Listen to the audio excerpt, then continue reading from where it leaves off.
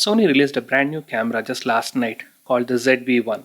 This is targeted specifically at the vlogging community and it's more so video oriented camera. So unlike the previous generation of cameras, which is the RX100 series, which was the DSC series, this camera is a DC series camera, which is it's not marketed as a stills camera. Now, instead of going through the complete spec sheet or having to go through hundreds of videos about it, let me talk about 10 standout points about this particular camera, which might make it easy for you to decide whether you have to go for this camera or not. First of all, this is one of the first Sony camera which has a flip out screen. Unlike the previous Sony cameras, which either didn't have a flip out screen or it had a flip up screen, this one has a proper 3-inch articulating flip out screen. Secondly, when it comes to the lens, it retains the same 24-70 zoom range which the latest of the RX100 series had. But unlike the RX100, this has a faster aperture of f1.8. And if you really feel that if you need to use a fast aperture in daylight and if you're worried about your shutter speed, then this camera also has a built-in ND filter. One of the standout features about this camera is its stabilization. It comes with both optical and electronic stabilization. And when you're clubbing it with electronic stabilization, what Sony calls it as active stabilization, there is a substantial improvement in the stabilization, but it comes at a cost of a crop or a reduced field of view.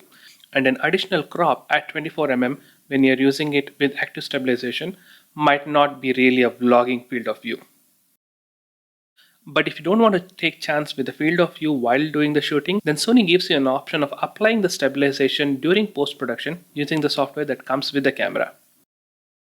The continuous record time at 4K in this particular camera by default is 5 minutes. But if you really want to expand it, then there is an option called auto power off, which is basically a temperature dependent variable. And if you turn it to high, then you can continue shooting in 4K beyond 5 minutes. The default battery that this camera comes with is a NP-BX1, which according to the spec sheet lasts for about 250 to 260 shots. If you're somebody who don't want to carry too many batteries or keep changing the battery when you're out in the field recording, then you have an option of running this camera using a USB power bank. One of the other features which makes this camera stand out is the built-in omnidirectional mic.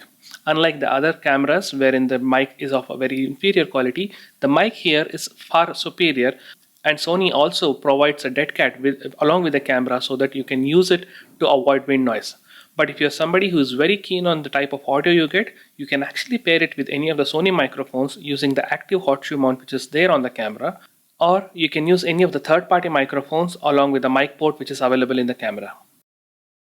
This camera has a mic port, but it does not have an audio outphone. So if you're somebody who wants to monitor your audio while you're recording, there is no option for it. Last but not the least, if you're somebody who's very keen on the type of look you want with the videos, Sony also provides an option of HLG and S-Log picture profile in this camera. Hope these 10 points were able to justify you and help you make your decision whether this camera is right for you or not.